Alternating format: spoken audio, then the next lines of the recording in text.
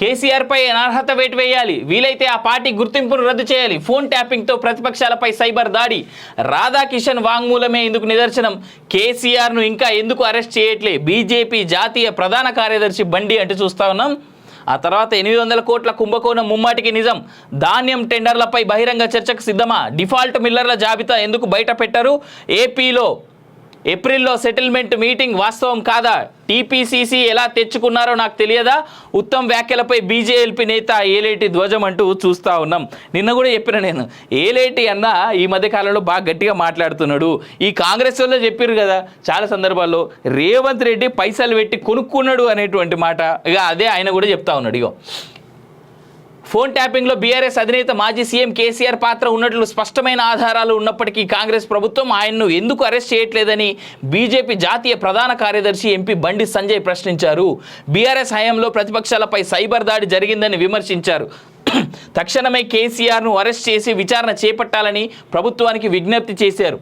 ఇది ముమ్మాటికి రాజ్యాంగ ద్రోహమే, ప్రజాస్వామ్యాన్ని ఖూనీ చేయడమే. కేసీఆర్ లాంటి దుర్మార్గులు ఎమ్మెల్యేగానే కాదు, భవిష్యత్తులో రాజ్యాంగబద్ధంగా ఏ పదవి చేపట్టడానికి అర్హులు కాదు. తక్షణమే ఆయనపై అనర్హత వేటు వేయాలి, మళ్ళీ ఎన్నికల్లో పాల్గొనకుండా నిషేధం విధించాలి. కేటీఆర్ సహా పలువురు బీఆర్ఎస్ నేతలు కూడా ఫోన్ ట్యాపింగ్ అంటూ కంటిన్యూషన్ చూద్దాం అసలు ఈయన ఏం కామెంట్లు చేసిందనేటువంటిది. ఇగో పాపంలో భాగం పంచుకున్నందుకు వీలైతే ఆ బీఆర్ఎస్ పార్టీ గుర్తింపును సైతం రద్దు చేసే అంశంపై ఆలోచించాలి అని అభిప్రాయపడ్డారు. ఈ కేసులో ప్రధాన నిందితుడైన ప్రభాకర్ రావు అమెరికాలో ఉన్నట్లు తెలిసినా ఎందుకు ఆయన్ను భారత్కు రప్పించలేకపోతున్నారని కాంగ్రెస్ ప్రభుత్వాన్ని నిలదీశారు. ఫోన్ ట్యాపింగ్ విషయంలో నేను గతంలో చెప్పిందే నిజమైంది. కేసీఆర్ ఆదేశాల మేరకై ఫోన్ ట్యాపింగ్ చేసినట్లు రాధాకిషన్ రావు పోలీసుల విచారణలో వెల్లడించడమే ఇందుకు నిదర్శనం. ముఖ్యంగా బీజేపీపై దాడి కోసమే ఫోన్ ట్యాపింగ్ను ఉపయోగించుకున్నట్లు అర్థమవుతోందని పేర్కొన్నారు. బీజేపీ సానుభూతి పరులతో పార్టీకి విరాళాలు ఇచ్చే వాళ్ళను, మీడియా ప్రతినిధులను సైతం ఫోన్ ట్యాపింగ్తో టార్గెట్ చేశారంటే కేసీఆర్కు ఎంతగా వణుకు పుట్టిందో అర్థం అవుతుందని వ్యాఖ్యానించారు. లిక్కర్ కేసులో అడ్డంగా దొరికిన బిడ్డను కాపాడుకునేందుకే ఎమ్మెల్యేల కొనుగోలు అంశాన్ని సృష్టించారని ఓ ప్రకటనలో స్పష్టం చేశారు అంటూ వార్త చూస్తూ ఉన్నాం.